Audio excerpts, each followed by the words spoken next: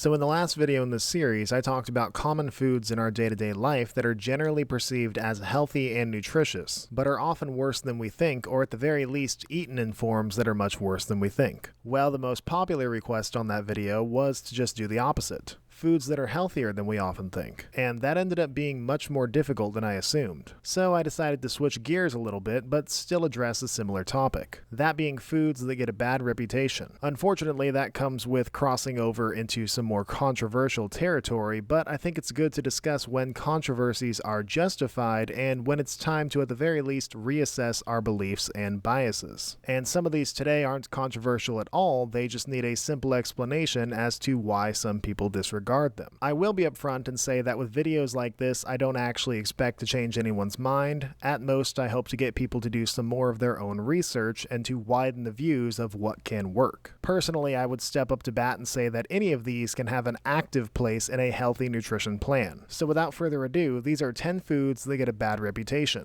And we're just going to come out swinging with this first one, the most back and forth healthy or not food on the planet, eggs. It seems like one decade they're the greatest thing ever, and the next they'll kill you, and that cycle continues over and over. Now, in order to understand why eggs get a bad reputation, we first need to talk a little about cholesterol. No, not dietary cholesterol, though we'll get to that in a minute. I'm talking about blood cholesterol. Cholesterol is a waxy substance that's produced by the liver that cells use structurally as part of their membranes. It's also needed to make certain hormones and to produce vitamin D. Cholesterol is carried from your liver to all the other cells in your body via these proteins in your bloodstream called low-density lipoproteins, LDL for short. Contrast this with HDL, high-density lipoproteins, which absorb cholesterol and bring it back to the liver to be removed. These are what people are actually referring to when they say bad cholesterol and good cholesterol. The reason why LDL is dubbed the bad one is because too much of it can result in buildup in your arteries as what's known as plaque. And this plaque can contribute to improper blood flow, which can lead to heart disease or a heart attack. Thus, a proper ratio of HDL and LDL is considered optimally healthy. So what does all this have to do with eggs? Well, eggs contain higher amounts of dietary cholesterol, and it is completely unessential because your body produces all the cholesterol your body needs. Now, it's not a crazy leap in logic to assume that dietary cholesterol will have an impact on your blood cholesterol levels. But the more it's studied, the more we find in the majority of people that there is little impact, if any at all. That being said, an estimated 10 to 20% of the population are what's known as hyperresponders, who do experience noticeable increases in overall cholesterol levels. However, even a majority of them experience an increase in LDL and HDL, effectively remaining pretty balanced, and thus the link between dietary cholesterol and actual heart issues is still low. That's not to say we should completely disregard the association. It never hurts to get your blood cholesterol levels tested if your diet includes a lot of high cholesterol foods. What it does mean is to stop scaring everyone out of eating eggs when most people are just simply not at risk from reasonable dietary cholesterol intake, especially when most people who rely on eggs as a nutritional source are also aware enough to include foods that increase HDL regularly as well. And then there's the other thing about eggs that people have an issue with, saturated fat. And people have concerns with it for very similar reasons, blood cholesterol and heart health. As I've covered before, saturated fat's unique structure gives it a few bodily roles, providing rigidity to cell membranes, being used in the creation of some hormones, and being used as energy for the cell's mitochondria. But the concerns about saturated fat are at least logical. An increase in saturated fat is for the most part linked to an increased LDL concentration, which is linked with an increased risk of heart disease. There is, however, a much weaker direct link between saturated fat and heart disease. And to explain why, we need to dig a little deeper. See, not all saturated fatty acids are the same. Most notably, they have different chain lengths that impact LDL differently, notably the size of the LDL particles. An increase in smaller LDL particles tends to be more risky because it's easier for them to enter arteries and get more tightly packed to form plaque blockages. But larger LDL particles, not so much. Palmitic and stearic acids, the two main saturated fatty acids in eggs, mainly have an impact on larger LDL particles. My main issue personally with saturated fat is that past a certain point, once your body has as much of it as it needs for the few roles that it has, it doesn't really do anything. And for the many people who try to be aware of their caloric intake, and the many more that should, it is something to keep in mind. All of this to say that again, eggs prove to be less dangerous than we've been told, at least for the majority of people. It's also very important for me to mention that there are many other factors that determine your risk for heart disease, including, the rest of your diet, sleep, stress, alcohol, and of course, physical activity. If you're someone who avoids eggs to preserve heart health, but you do not regularly exercise, I personally don't think you should be allowed to be a part of the discussion. And then you can flip even all of this around and argue that eggs are one of the consistently most nutritious foods on the planet. A great source of bioavailable protein, a majority of its fat is still monounsaturated, and it contains nearly every nutrient under the sun in non-negligible amounts. And then there's the factors beyond nutrients, the satiety, the convenience, the price, the versatility. I personally wouldn't argue that eggs are the healthiest food on earth, but I do understand why so many people call it the greatest. And yes, those are two different things. I believe eggs deserve all the love they get, and honestly, maybe even a little more.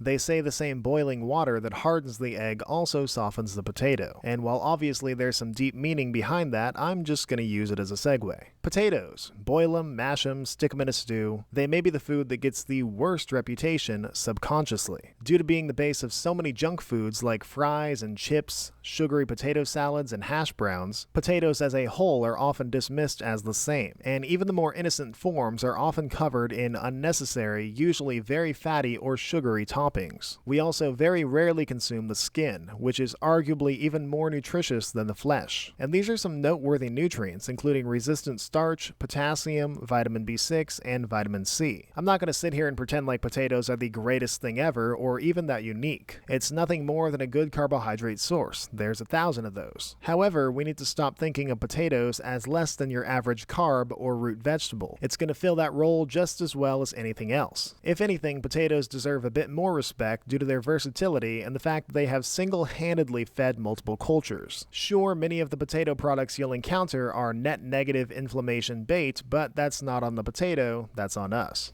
Now, this next food has been on a pretty upward journey here on this channel for a while. I'm talking about the coconut. Coconut is an exceptionally fatty food with the majority of its calories coming from saturated fat. So am I about to go on the same rant as I did with eggs? Not one bit. Because coconut saturated fatty acids are very different. Over half of it is what's known as lauric acid, a medium chain triglyceride that is almost exclusive to coconut. The body handles medium chain triglycerides like lauric acid uniquely. It is absorbed in the small intestine faster and used for energy in a way resembling carbohydrates. Lauric acid is also shown to have more of an impact boosting HDL, it's anti-infectious, and is usually more filling than longer chain saturated fatty acids. Thus, basically none of the more common complaints about saturated fat apply to lauric acid and by extension coconut. And this also includes other unprocessed products like coconut oil and coconut milk. To me, this is already enough to redeem it, but coconut goes a step further by being a pretty consistently nutritious food. It's very fibrous, and while not the most nutrient dense per calorie, it does have a bit of almost everything, which is pretty rare in the food world, and it's shown to significantly improve the health of your gut biome. But bottom line, anyone who's still lumping coconut in with other high saturated fat foods and ruling it out because of that, they need to do more homework.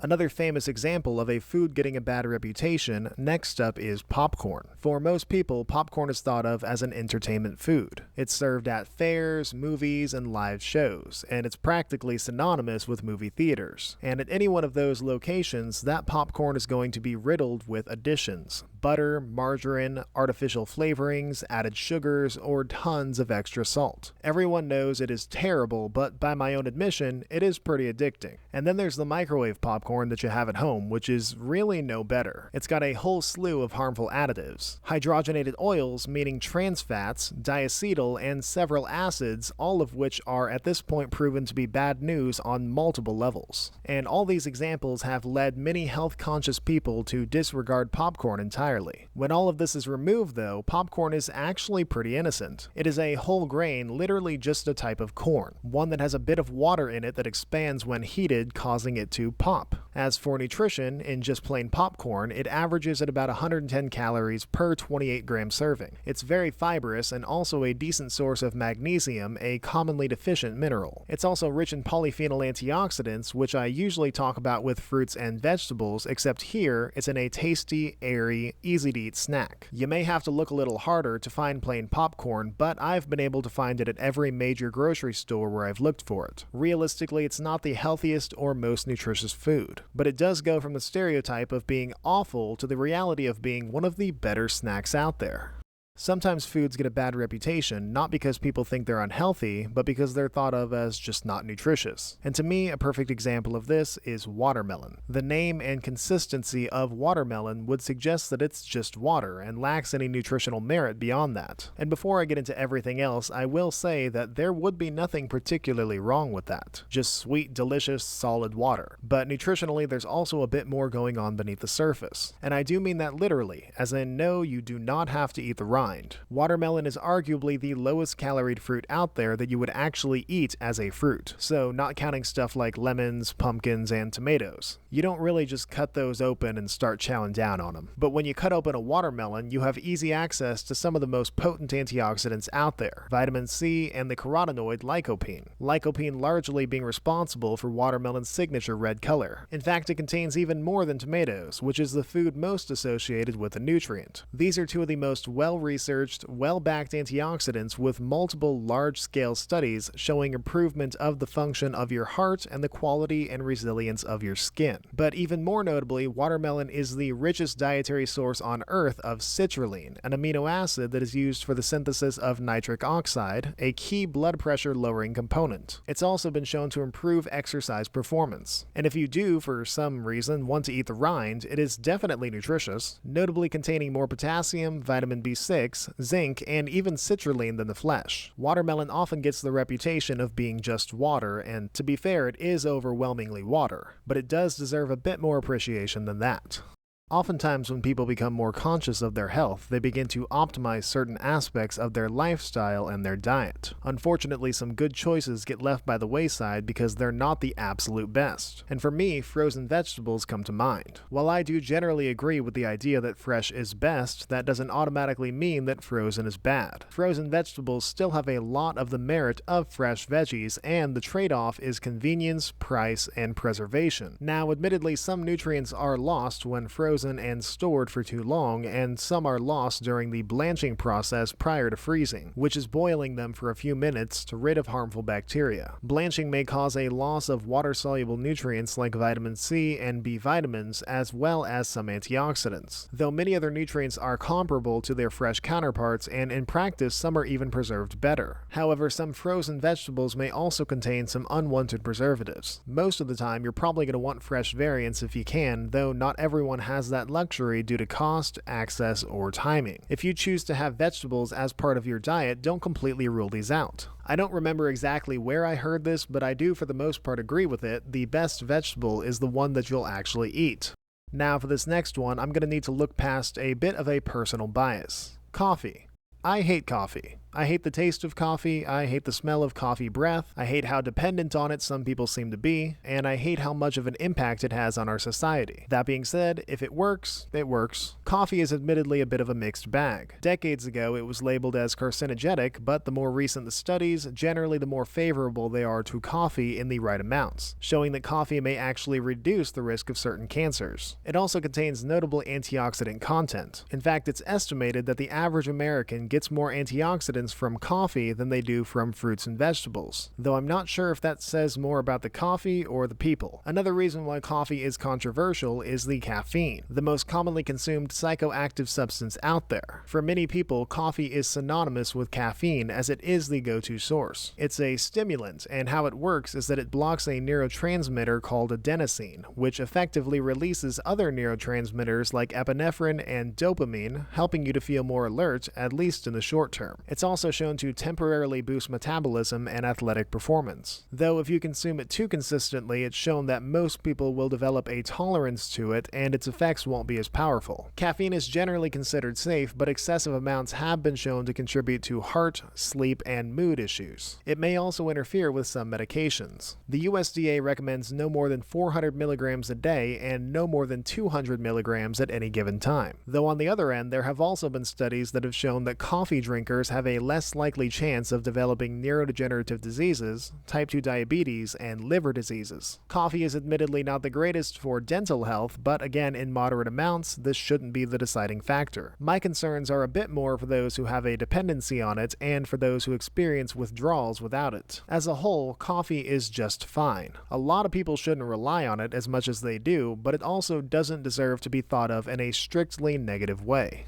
Next up, we've got a food group that has one of the most complicated histories in all of nutrition, dairy. There was a time when it was the most pushed and advertised food group out there, and there was also a point where it was demonized to near extinction. Milk is the food group with the most substitute options and possibly the most controversy in terms of health as well as ethics. An estimated 2/3 of the population doesn't handle lactose perfectly. Its multitude of studies on varying fat content makes it impossible to pin down if it's actually problematic, and there have been tales about the wild hormonal impacts that it can have. It's not hard to see why dairy faces a lot of criticism, especially considering how much its quality can vary from source to source and product to product. And yet, like many other things on this list, dairy always finds a way to persevere. I think that's a testament to what it provides and how it provides it. It really is the one-stop shop for everything bone and development related. Complete protein, fat, vitamin B12, calcium, phosphorus, and while it may not naturally contain it, vitamin D in many practical cases. And while there are many other ways to get these essential nutrients, there's nothing on earth that does it with quite the cheapness, convenience, versatility, and enjoyment factors that dairy products have. Like I said with frozen vegetables, if this is what you can do, then this is what you can do. It has been the backbone of people's bodily development for forever, and in an imperfect world, that's not going to change. And realistically, it doesn't need to, with more and more studies proving that the downsides of dairy have been blown a bit out of proportion. As far as lactose goes, a whole third of the population has no issues, while about another half on top of that are only going to get maybe a couple of burps. It has been shown to contribute to hormonal imbalances or acne in some people, yes, but even that is very uncommon. Dairy isn't perfect, but realistically nothing is. A serving or two a day of dairy is going to be a net positive for the majority of people. If that's not you, well, that doesn't ruin it for everyone else. And funny enough, the next food is what I would consider to be the direct counterpart to dairy, soy. Funnier yet is that both sides use very similar arguments to put the other one down. The most common point used against soy is their isoflavones are believed to mimic estrogen, messing with the hormones in our body. There's also the concerns about improper digestion, cancer risk, potential thyroid harm, and soy allergy. And really all I can say without digging into an hour of studies is that some of these are fair. Some of these cautions are justified with the information that we have today. But I would be willing to say that every one of these concerns is, for the majority of people, a bit dramatic in one way or another. The so-called estrogen-mimicking effects are so weak that in most cases it requires way over-consuming natural soy foods to even notice hormonal changes. Soy is naturally rich in anti-nutrients, notably phytates, inhibiting the absorption of minerals, but it should be pretty well known at this point that many of the common cooking techniques that you're going to perform on them anyway, soaking, sprouting, cooking, fermenting, are going to drastically reduce its levels to the point that a reasonable amount, say 1 to 2 servings a day, will have a negligible effect. The impact on cancer risk, particularly breast cancer, which is the most highlighted one, is inconsistent at best. Soy also contains goitrogens, which are the compounds that mess with the thyroid, but when it comes to human studies, we're just not seeing a major impact. And soy allergies, well, admittedly there's not much we can do about that one. But please, I beg of you, do not take my word for it. When I say do your own research at the end of each video, I mean it. You are responsible for your health, and if you decide soy is too much of a risk for you, no one's gonna persecute you. But the thing about soy is that the discussion doesn't end on if it's detrimental or not. The debate wouldn't even exist if soy didn't have some serious upsides. It is arguably the most nutritious plant-based powerhouse on earth. Every popular soy product, from soybeans to edamame to tofu to tempeh to soy milk, contains a complete protein that is competitive with its animal counterpart. It is generally very fibrous and containing notable amounts of iron, magnesium, potassium, zinc, copper, phosphorus, and pretty much every B vitamin except for, obviously, vitamin B12. And those isoflavones are also a subclass of polyphenols, responsible for making soy one of the more consistently heart-healthy foods. It wouldn't be fair for me to poke holes in the dairy argument and then not poke holes in the soy argument, because in a lot of ways they are two sides of the same coin. You can call me a soy boy if you want, but I'm gonna keep enjoying my edamame until I'm given a better reason not to. And this last one I intentionally saved for last because I knew a lot of people would just click off as soon as they saw it. So let's just rip the bandage off. I'm talking about red meat, which has a lot of the same concerns as the earlier talked about eggs, notably saturated fat and dietary cholesterol having a negative impact on lipoprotein count and overall heart health, including an increased risk of heart disease, consistently one of the leading causes of premature death. I guess I'll start by saying that I'm not going to repeat everything I said in the egg segment. Red meat has comparable amounts of the same saturated fatty acids and even less dietary cholesterol than eggs, and nothing about those has changed in the last 10 minutes. However, unlike eggs, there is a lot of variance under the red meat umbrella. Beef is what most people think of, but even that can vary wildly by cut, quality, source, preparation method, and much more. And red meat also technically includes everything from pork, meaning bacon and sausages, sheep, goat, horse, bison, etc. And while all of these obviously have similarities, claiming your body handles them all the same would just be foolish. That being said, there's a popular belief that this complexity was not addressed at the peak of the anti-red meat push. And as more and more studies come out finding reasonable amounts of unprocessed red meat more innocent, I'm inclined to think that that was very possible. There's also the fact that you don't have to be a red-blooded carnivore and eat it every single meal to appreciate what it has to offer. Overconsumption of any food is going to lead to problems, but red meat does provide things in a way that nothing else does. I feel the need to say again, there wouldn't even be a debate if the positives of red meat weren't clear as day. It is a reasonably caloric food, high in bioavailable protein, and arguably the most consistently reliable source of several other nutrients, most notably vitamin B12, selenium, iron, and zinc. I think at least for a lot of my regular viewers, we're beginning to take a good nutritional content for granted, but it really is the foundation of the entire discussion. Similar to dairy or soy or really anything else on here, you can personally opt out of eating it. But the benefits are there, they're undeniable, and the causes for its bad reputation are only becoming more explainable and refutable as time goes on. So there you go, 10 foods that I would say have had or still do get a bad reputation in the nutrition world. This feels like a good time to remind everyone that we as a species do not have all the answers and likely never will. There's a lot of people in the world and a lot of foods in the world, and it's just not possible to explain each and every little anomaly that occurs when you combine the two. We'll also realistically never be able to eliminate bias, whether that be for ethical reasons, financial reasons, or even other genuinely understandable reasons. Bias in nutrition is never going away. That being said, I think it's important to focus on what we actually can control and to not take for granted the freedom and flexibility to choose what we believe works best for us. And I just straight up think that the 10 foods in this video are better than they're led on to be. That is based on decades of studies, numerical evidence, and honestly a little bit of personal experience from myself and the variety of people I know who couldn't care less about stereotypes and focus on what works. And if you disagree, well, that's okay. The world is going to keep turning. Now, if you enjoyed this video, or at the very least learned a little something, I encourage you to subscribe as I plan on making a lot more of these. Speaking of which, go ahead and let me know what other topics you think would fit well in this format. And remember that all I ask is that you do your own research and advocate for your body. You only get the one.